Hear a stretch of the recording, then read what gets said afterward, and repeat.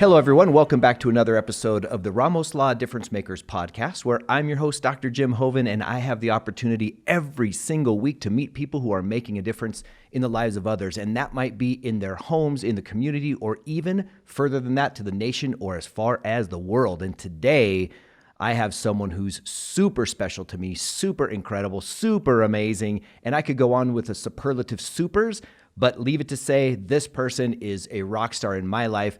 She has helped me personally in ways that we'll probably not get into on this show, but she has helped so many patients through her acupuncture art and all the things that she does. And so without any further delay, I want to introduce Shawna Hoven. Now, if the name sounds familiar, it's because it's my lovely wife. Shawna, thanks for coming. I know you're looking forward to this above everything else in your life. So Absolutely. Welcome to the show. Thank you. So as we get started, I want to make sure that I understand and the people understand how you got into acupuncture. We're going to go back into some of your history prior to that, but how did you figure out acupuncture? Why acupuncture? Because it's not super common, right? It's not how most people think of, I'm going to grow up and be an acupuncturist. Tell us a little bit about the story about how you connected with acupuncture. It started when I was 16, actually. I was in a rollover car accident, and from there, you just go to your medical doctor, and they had me on all kinds of different medications. And they kept me there for about a year and a half, and I just didn't feel right. And my parents, thank goodness, were kind of forward-thinking and more alternative, took me to a chiropractor, and he had a massage therapist, and he was learning, the chiro was learning acupuncture at the time.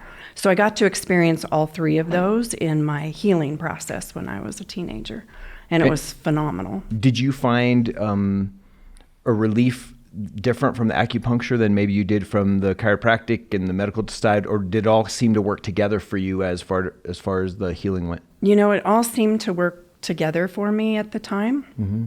And I do remember when I was laying on the table and he had done acupuncture on me, my arms were so heavy, it was just, I felt so relaxed and good, and I'm just like, wow, this is fascinating. I didn't understand how needles could make you feel so Zen-like, Right. So it was just kind of that thing, but it really did facilitate, I think the combo of all three. But there was a delay and for everyone listening or watching, I know this story because obviously you and I spend a lot of time together. We've been married for 21 amazing years, and so we know each other pretty well by now. But the story is fascinating to me. You didn't, at that time, after 16, it wasn't like, I'm going to go be an acupuncturist. You had a lot of life to live between when you felt the benefits of acupuncture and when you went training. Can you just bring us up to speed on your journey as a healthcare provider? Correct. Yeah, absolutely. I was in a really crazy state in my life, not sure what I wanted to do and not in a good relationship, I guess, and really just asking what my next step should be. And massage popped into my head. And I had been doing massage on people since I was probably 5.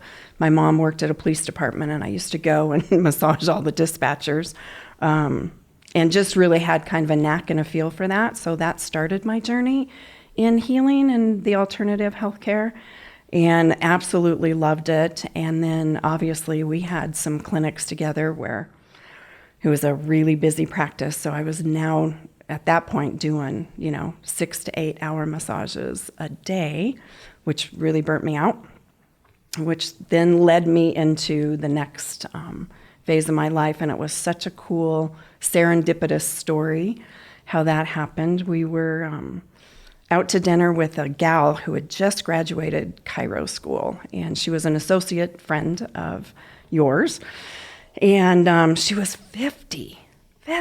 Remember when that was old? Oh my God, yeah. And anyway, I was like, she just got done with school. If she can do it, so can I. And she'd asked me, what would you do if you weren't massaging? And at that point, I was really kind of breaking down from all the years and hours of time. And acupuncture was the first thing that popped into my head and out my mouth. And I'll never forget, you turned around and you looked and you're like, is that what you want? And I'm like, I guess so. So kind of history's over from there. I mean, we just started. I mean, I think I started that following January.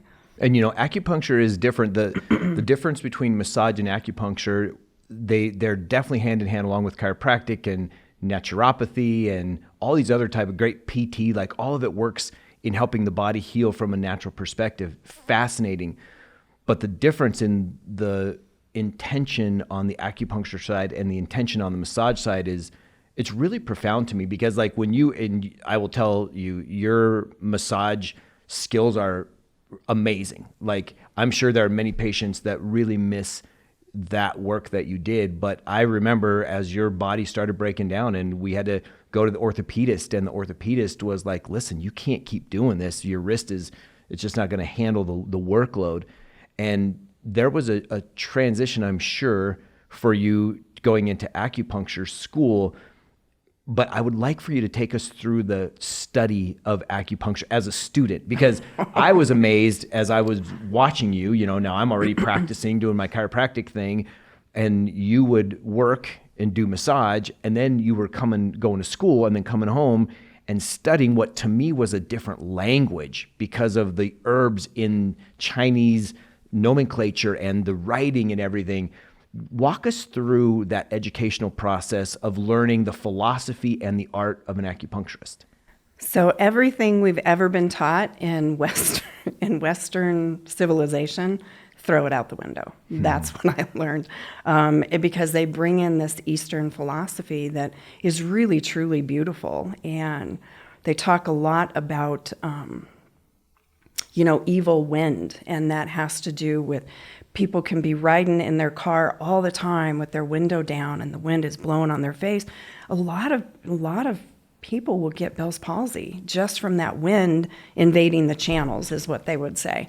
So it's just weird. It was very different language that they did. And then going into the herbal study, everything, again, was written in pinyin, which is kind of a English pronunciation of a Chinese herb.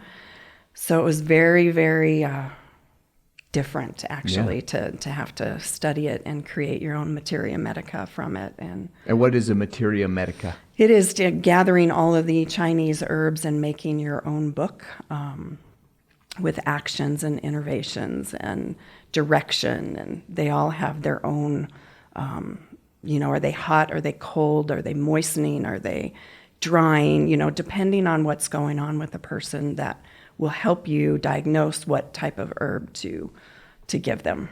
So I want to come back to that in a minute, but I want to rewind.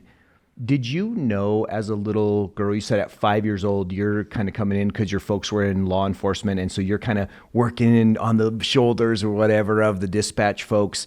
Did you know that your destiny would be somehow in taking care of others? Or when did that dawn on you? Because like you said, you and by this time, for those that didn't know, you already had kids, you were doing your thing. Before you ever went to training as a healthcare provider, did you put that away for a while to be a mom, or did you always know it was going to come back? Or what sparked the initial healthcare journey? That's a great question. Honestly, I always knew I would be in, some type of healing, but I didn't really understand the depth of that until I was a little bit older. And I think all my practice and working with the people that I did when I was younger, and my great aunt, who was a really huge influence in my life, helping me to define all of that. So then fast forward, so I really feel like I, had a good sense of that. And then it was when I was really just asking God, what is my next step?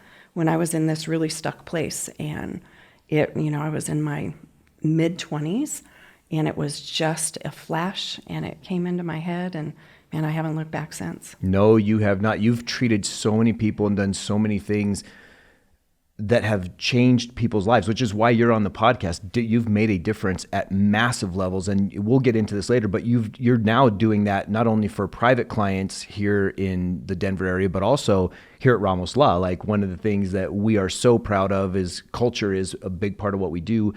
And so you come into the office and you provide acupuncture for our people here. And I know that the appreciation, you hear it every day. I hear it about you every day. I'm interested in, as you learn as a provider, kind of going back into the education thing, what was the biggest adjustment for you in going from massage, where you learned about all the muscles and how they work and what nerves do and how deep you should go in pressure versus how light you should go, versus this acupuncture, which is, like you mentioned a minute ago, it's a philosophy change, right? It's how does the particular element or elements affect this person, whether it's wind or metal or earth or fire, or all the rest of them that you can talk about. How was that connection of that philosophy? What did it do for you as a healer compared to what you had already learned in your massage therapy training? You know, it was a really profound healing that took place for me personally. At the time, I was going through some pretty heavy stuff, and it really helped me to see the light at the end of the tunnel, that, you know, where you can be helpless and hopeless and have a good connection with a good provider and be able to kind of walk your way through that. So for me, emotionally and spiritually and physically, it helped me tremendously. The actual acupuncture and the philosophy, or did you find a mentor that was there? The actual acupuncture, the philosophy, you know, the whole package. It was a different way, a different lens to look at life, as it were. You know, I think we get so caught up in our own story, and we keep retelling that story over and over again, and we just can't seem to get out of that. Where this philosophy helps kind of give you that different lens to make you look at things a bit differently, and to help you start slowly changing that story so it's not so negative all the time. And so there's a combination. So part one is the philosophy and the lens that you were talking about. Part two is the application of the art. So whether that be through needle placement or through herb introduction to the system, that kind of thing. How does that work when you're an acupuncturist, a patient comes in, you've got to look at their worldview, I'm assuming, how they look at the world, so that you can know where you can put pieces. Then you've got to look at what points, and you probably should define what points acupuncture points are and how they work. And then how do you combine those to get a positive effect on your patient? You're looking at the whole person. So when you're interviewing someone, you're literally looking at their color. You're watching their body mechanics, how they're working. You're listening to the quality of their voice. You're looking at just kind of an aura around them, and then listening to what their chief complaint might be, and putting together within an element theory. So in Chinese medicine, there's 5 elements that I really believe in, and I practice that way. So it starts with fire, and it goes to earth, and it goes to metal, and to water, to wood, and then back to fire. So all of those elements have their own color, sound, odor, emotion, quirky traits, beautiful traits, and we're supposed to flow within all of these elements at any given time. For instance, if someone cuts you off, it's appropriate to get pissed, but I don't want you to stay there, right? Right, and so that emotion would represent one of the elements? Right, like a wood element. Okay.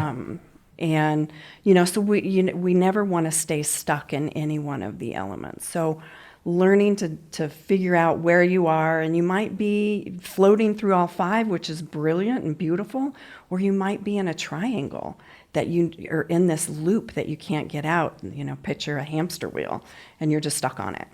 And so then how do you know what points, first of all, define the points, and then how do you know what points to help someone move through those various elements?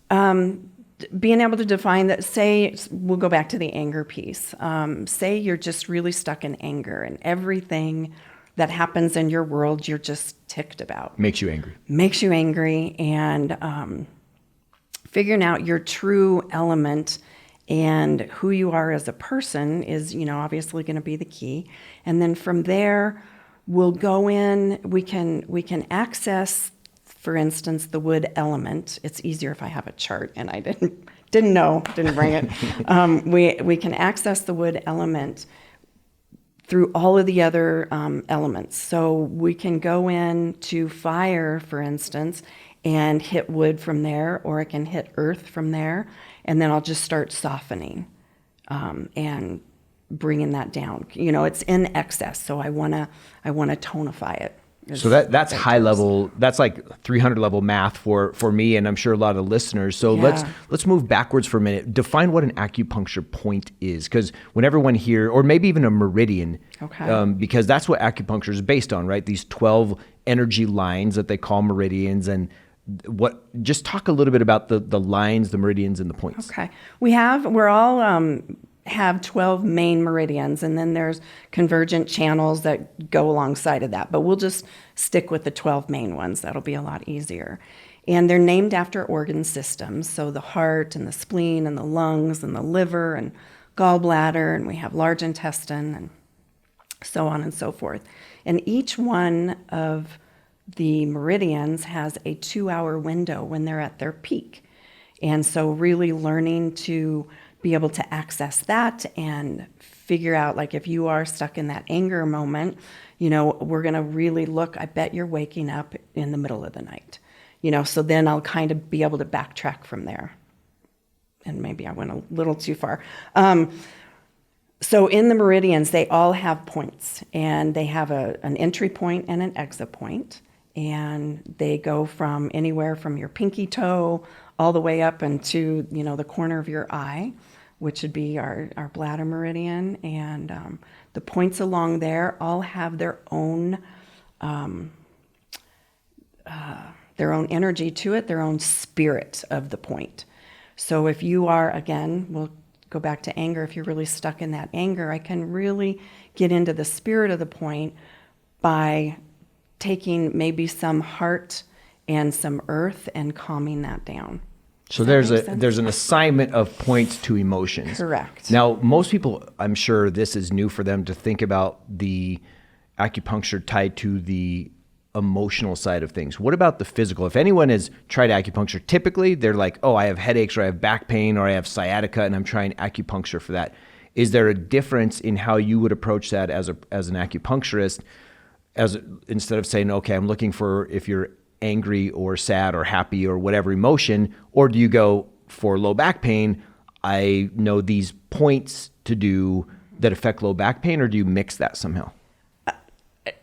Rarely do I mix it. I really, we can definitely work on a musculoskeletal side of things, which is traditional Chinese medicine, from headaches to menopause symptoms to constipation to common cold, so on and so forth. There's there's really good functional points that work brilliantly to take care of all that. And then the 5-element theory is more getting into the stress of our lives and getting all of that balanced, and then allowing from that balance the physical body to heal. Got it. And so there are times where you may start with someone where if they have headaches, you say, okay, we're going to address your headache, but because of my evaluation, I can tell you there's an underlying emotional component, as it were. So let's take care of one piece and then another. Is that accurate? Yes. And depending on what the person, obviously, it's depending on what they want to do and how they want to approach it. A lot of people don't want to get into the stressful side of life. They may not be ready to open up and look at it or change the lens that they've been looking at it through. So they just come in for headaches, and it's just like, give me some stress or some relief from headaches. And you've gotten great results with that. I know that we have one person who you've treated and that we both know, and he's a very elite racer, whether it's a marathon guy / Spartan racer. And I'd love for you to tell kind of that story. Obviously, we won't give his name or anything, but just tell his story about how acupuncture has made an impact in his physical training in his life that way. In his world. He started coming to me with a little hitch in his get along, as it were. So he had some glute issues going into his hamstring and had never tried acupuncture before. And because he is an elite athlete, he wears 2 different Fitbit watches, one on each wrist, and he measures biometrics, he measures sleep. Just crazy amounts of data that I don't even understand. So I'll say that. And anyway, I treated him, and I checked on him that night, and he's like, no, I don't notice much of a difference. I still have After his first treatment. After his first treatment, I still have that little hitch in my backside. And I'm like, okay. And I said, tomorrow you're going to feel a lot better. And the next day, I think it was probably 2 days later, we saw him running through our neighborhood. And I asked him, and he stopped his run, and he said his biometrics, all of his markers on these 2 different Fitbits that he wears, or whatever it is, watches, the sleep cycle was way better. He said that his recovery was way better. And he's like, it was either because we just opened the windows in our house, or it must have been from the acupuncture. So I'm like, okay, well, we'll just test it and try. And each time now that I treat him, he will literally screenshot me his markers off of his data. And his recovery time is just exceptional. So for me, that scientific piece, to be able to have something you can see, that is real and live, where he didn't really, I don't think initially believed in acupuncture, is now becoming a believer. Right on. And the cool thing about that is I love providers of any sort, whether they're medical doctors, PTs, chiros, acupuncturists, whatever, that take the person from where they are and help lead them along the path to a journey. So, for example, me as a chiropractor, I have several different techniques that I could use, but I want to find what that person's comfortable with and that they're going to get the best response with, not only based on their condition and their physical findings, but where they're at more emotionally. If they're afraid of getting a manual adjustment, I have an instrument. If they don't think the instrument will work, I have a manual adjustment. And so what you just shared there was taking this person where he is, and even if he needs more, drip feeding him on what's going to work now. And as he becomes more comfortable and confident with the art, now you can start saying, hey, let's go at deeper and deeper levels. Have you found that with a lot of your patients? Correct. Yes, most definitely. A lot of people aren't ready for this type of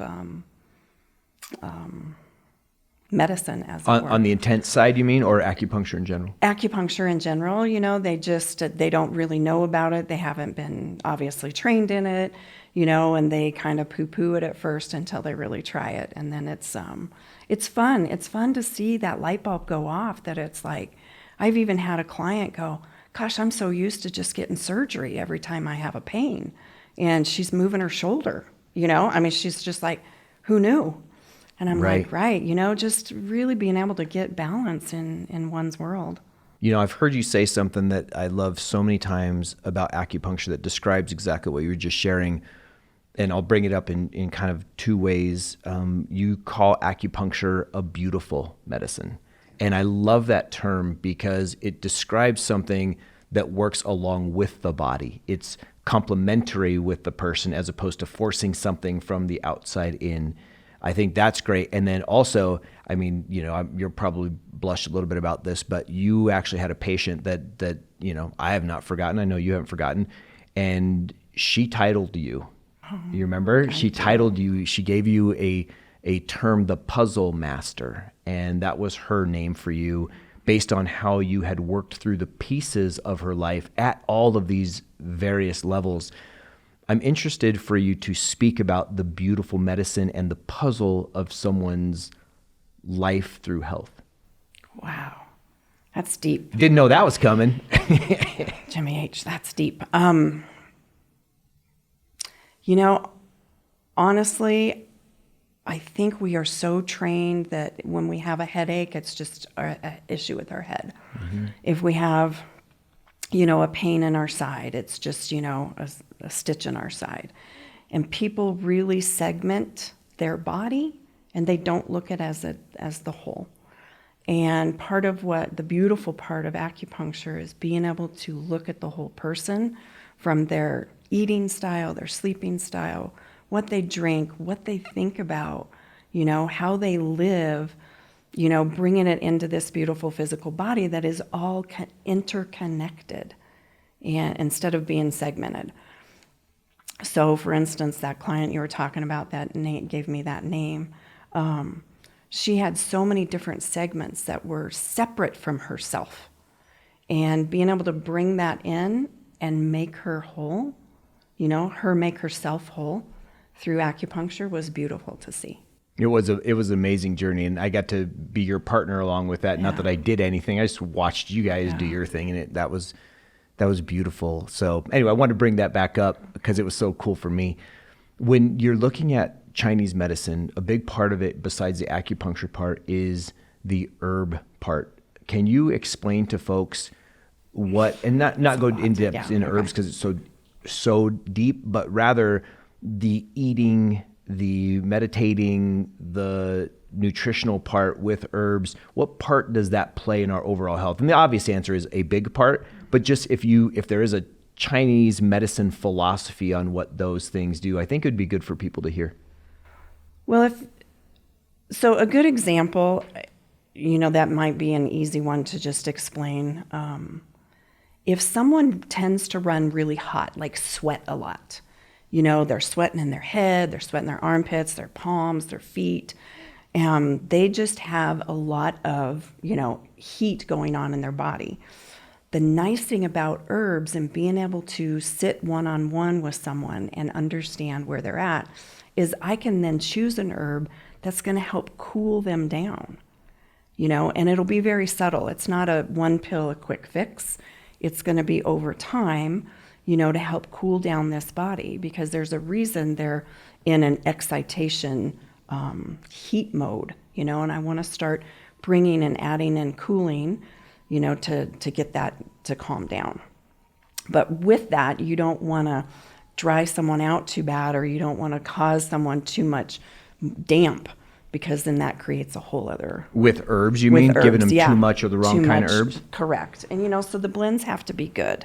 It has to be an even, and it depends on the formula, what we would give someone. But it does... What about diet, though? If you're putting someone on herbs, absolutely. do you try to give them... Absolutely. I was just talking the herbs. Definitely a diet is going to play a big key. Is this person eating a lot of fast food, drinking a lot of beer?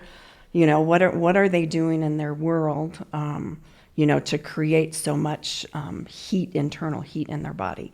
So helping them decide, what would be the best and easiest steps, because it's simple. It's not easy for a lot of people to change what they put in their mouth. Amen to that. So it's baby steps, really getting them to course correct and see how they feel, and then help them do another one as they're cooling down.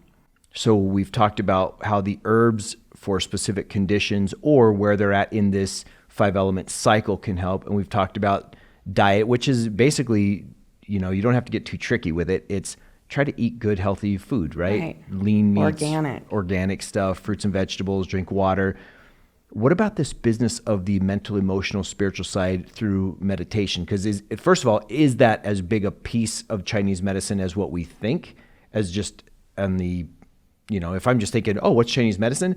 It's going to be acupuncture, herbs, and meditation. Is that true, number one? And if so, what part does the meditation play, and how do people go about exploring that? Meditation does play a huge part, and there's a lot of different philosophies from Eastern people and the Buddhist, and really being able to have a moment where, and it can be 5 minutes or 3 minutes, just to be present, because we tend to live, Americans, and I'm generalizing, tend to live, they're going 100 miles an hour, and they're always looking at the next thing, and that creates anxiety. So being able to slow down and be in a moment, if it's just for a moment, it helps the brain to reset. So I'm a huge advocate for meditations. And they have some great guided ones, on YouTube if people don't really want to. And it's not just sitting and being quiet and telling your brain to shut up. Because that's hard. That's difficult. I mean, that is hard. That is for the Buddhist monks who have been practicing for eons. To really kind of calm their mind down, but for us people in America who need to just take a break and be present instead of, running so far ahead or dwelling so much in the past. And they say in my practice, if you're always thinking and anticipating the future, it causes anxiety. But if you're always dwelling in the past, it causes depression. So present is a gift, and we need to stay there. That's beautiful. What about movement? Tell me about movement from the Chinese medical model. Is there a specific type of movement? Because when I think of it, I think of Tai Chi or yoga would be the two movement categories that I would put within Chinese medicine. Is that accurate, or is that a separate thing? No, that definitely. They believe in movement, and it's more along the lines, not weight training, not HIIT training, not, huge cardiovascular stuff, but movement being the key to life. And they do Qigong and they do Tai Chi, which is all very slow martial arts, as it were. And it's beautiful. And then some people you'll see doing just mindful walk and or mindful eating, so it's just the art of that movement while you're chewing and thinking and feeling your body digest this beautiful food that you've just put into it. That can be movement in itself. I love that. And that term mindful, I think it's worth us exploring that for a minute. Mindful to me that's the Eastern term. For me, if I equate that, it's self-awareness. So if I'm mindful walking or a walking meditation, I'm walking with an intentional purpose of not necessarily going from point A to point B, but what am I seeing on my walk? Right. What am I feeling under my feet? What are the sounds around me? And the wind or the breeze blowing and how the sun feels on you. Yes, it's being aware, being in the moment, no matter what you're doing. So you're not creating that anxiety, and you're not stuck in the past where you're just depressed. I love that so much. And mindful eating would be a great example, again, since you mentioned it, because people are probably going, what's mindful eating? And for me, I don't often do it. You eat with me virtually every meal. I like to hog it all down while it's still hot or cold, right? Unless it's super healthy. And then I kind of take my time with it because I'm absorbing it. But really, it's about being thankful for that bite of food, for all of the things that went into it, right? The sun coming down to warm the earth, the rain bringing nutrients, the roots of that thing growing up, or the farmers that are taking care and ranchers of these animals, all of this stuff going into that one perfect bite that we're taking at the moment. And then what that's going to do for our digestion, what it's going to do for our muscles, for our heart. Is that how you view mindful eating as well? Because that's when I think about it. I don't do it very often, but when I think about it, it feels good to eat that way. Yeah, it absolutely. And it helps your body to digest and assimilate the food much better than shoving it all down really quick and having a big lump in your belly, and you're not digesting, and then you go to bed, where a lot of people just then go to bed on this really heavy meal, and it's not healthy. That is definitely not healthy. So note to self. Yes, for many reasons. Let's shift gears again. When looking at a business, so you own your own business, right? You're an acupuncturist, you treat patients, then you work in our business at Ramos Law.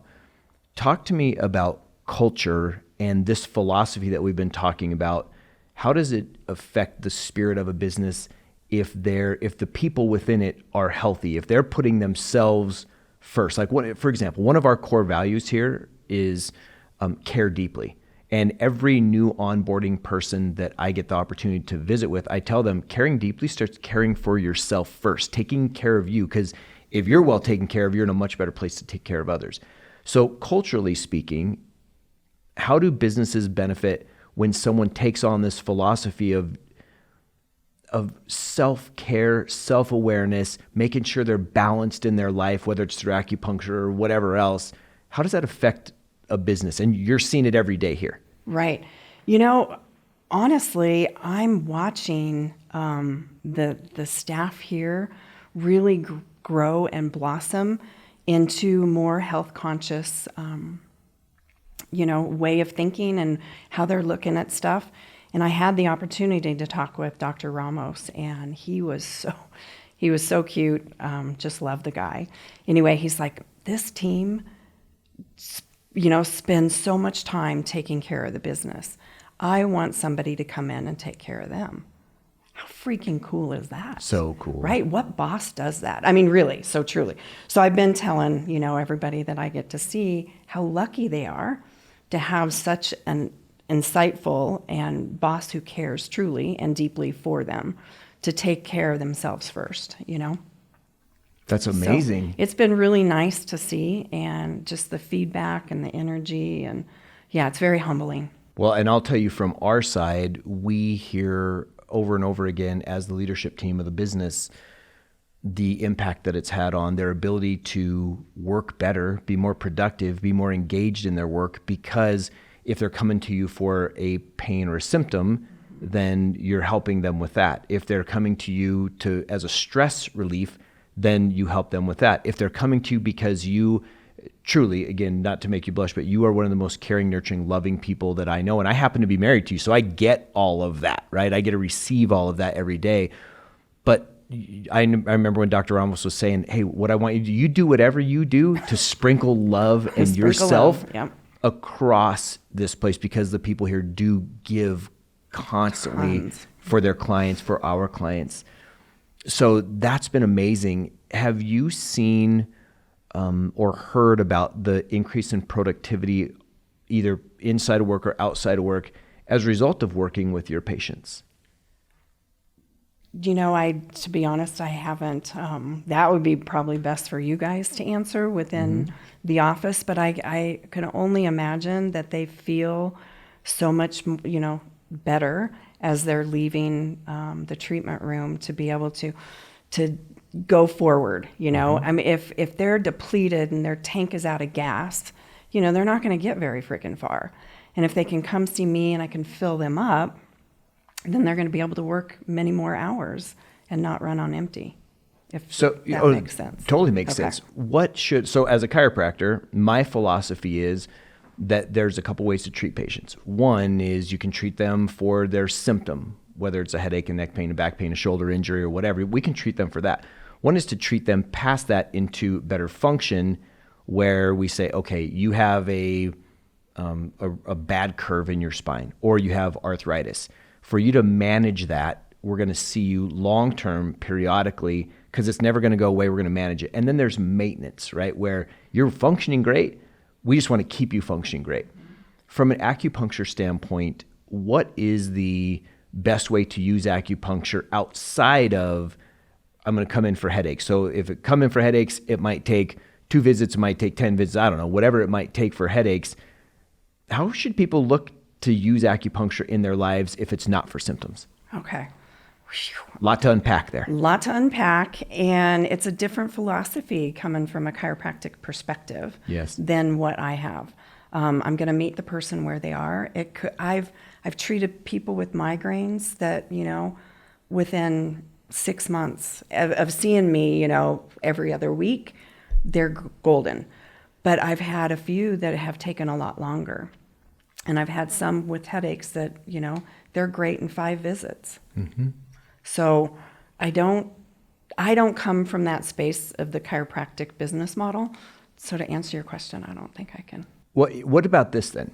I know for sure that in an acupuncture, because I'm certified in acupuncture, so I would be like your apprentice, right? And you know this, like I'll do acupuncture on you, and you are an artist on me. So I know points to make someone feel better for headaches. You know how to check all these things that we've already talked about on the show.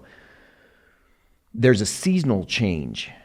The energy changes each season. And so like if I said someone should come in for maintenance adjustment once a month, is it appropriate for someone to come in as a tune-up based for acupuncture when they don't feel anything? Would it be like for a seasonal change, or would it be when they go through a traumatic event emotionally that's a good time to get things balanced? Is there any schedule like that?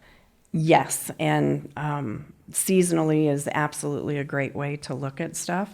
Coming in, it's always better to stay well than it is to get well. So. And isn't that a Chinese philosophy? Didn't they used to pay? I thought as I was doing my training that Chinese doctors way back, they got paid to keep people healthy. They're wellness visits. They're not sick visits. And if the person was sick, they didn't get paid for that.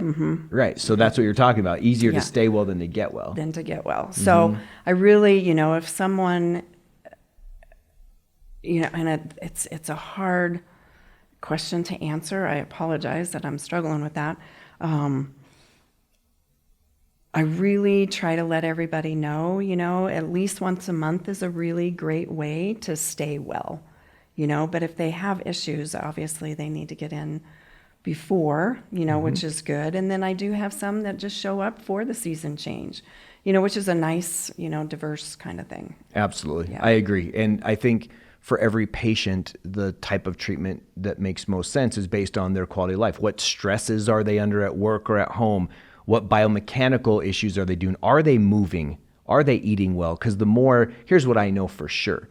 The more rules of health we break, the more intervention we're going to need. The more rules of health we keep with sleep, starting with sleep, make sure we get good sunlight, making sure that we're eating well, good oxygen, good movement. The more of those we keep, then we're going to need less intervention from the outside. So I would imagine that model really holds true in your art as well. Yeah, absolutely. Yeah. Absolutely. So I think this has been a fascinating conversation. And, again, I get to talk to you in a different way now, because normally we're just talking about day-to-day stuff, right? And sometimes we'll talk about specific cases or specific things because we're both always learning and growing in our own chosen fields. If you had one piece of advice that you've been given or that you've learned along the way that has helped you become the best version of yourself, do you know what that would be? And if so, would you share it with us? Wow, that's deep.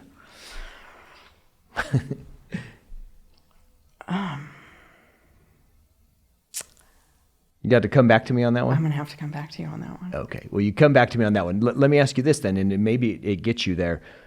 Do you have a mentor or someone that you like to study or learn from that helps you continue to grow and sharpen your skills and continue to evolve your mind? Yeah, I have several of them. They're all in the, kind of herbal philosophy, kind of Eastern medicine, with supplements and immune systems. And, so I do study a lot of nutrition and herbal aspects. A lot of those. A lot of those. Really good, solid mentors. Yeah, and that makes sense with what you're doing. What about someone who would consider acupuncture as a career? Do you have any advice for them if they were like, man, I want to... Because the way that you talk is so different, right, than the average person. I mean, if anyone listening to this today, I know for sure that they're going to go, wow, she sounds super at peace. She sounds super kind, super loving. That's how you come across. It's how you emote. It's who you are as a human, but also your philosophy guides how you act on the day-to-day. If someone thought about becoming an acupuncturist, how would you guide them to pursue that path? Or I guess maybe anything in healthcare.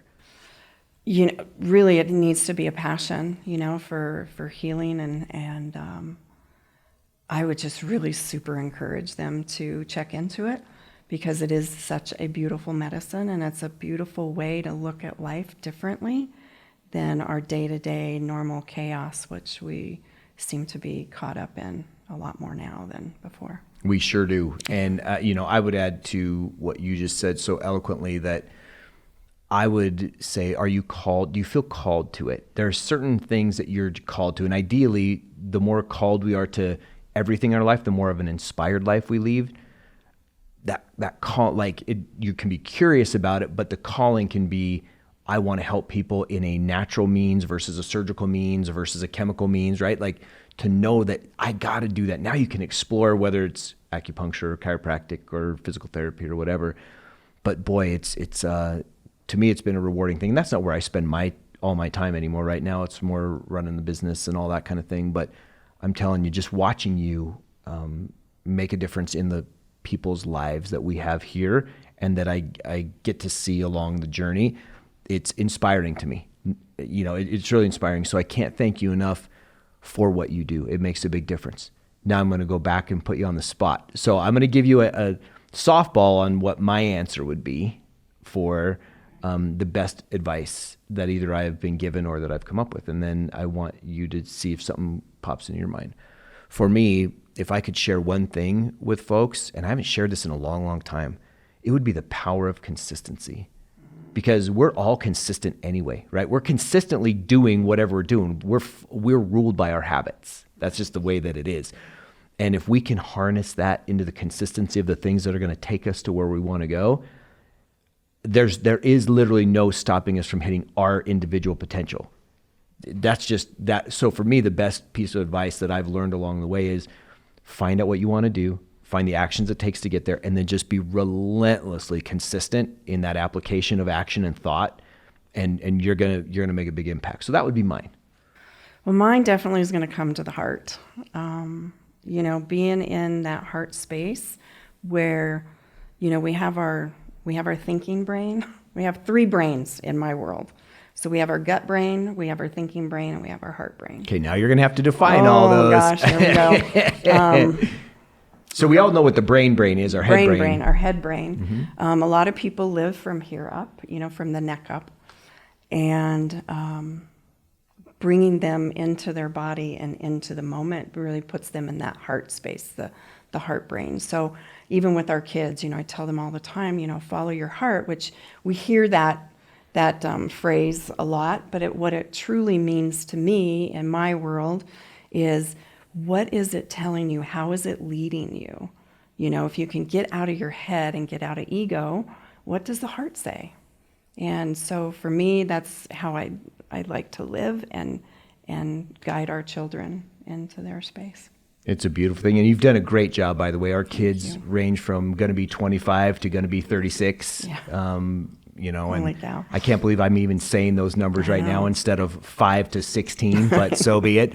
But, you've done a masterful job in helping them follow their hearts and their dreams, because they are all so different. They're so beautiful and they're so wonderful, and in part a great part because of your influence. So thank you for that from me as your partner, your life partner, and as we've gone through that journey. And thanks for spending time. I know that this was something that you were doing reticently because you don't like to be in front of the camera. No. You don't like to be in front of the microphone, but you just did such a great job. And I know that people are going to be asking for more. So if someone wanted to reach out to you to ask questions, to learn more, what would be the best way for them to do that? Would that be for them to call us here at the law firm and kind of reach out to you? I think so. That'd probably be a really good idea. Okay. So if anyone has questions, you can call 303-733-6353, ask for Shawna, and we'll be happy to connect her with you so that you can get your questions answered. She is a wealth of knowledge. I learn from her every single day. And so Shawna, again, thank you. I'm going to say what I call you normally. I'm going to say, love, thanks so much for coming on. I love you. You've been a great guest, and the show's now better because of you. Okay. Thank you. I appreciate it. I love you too.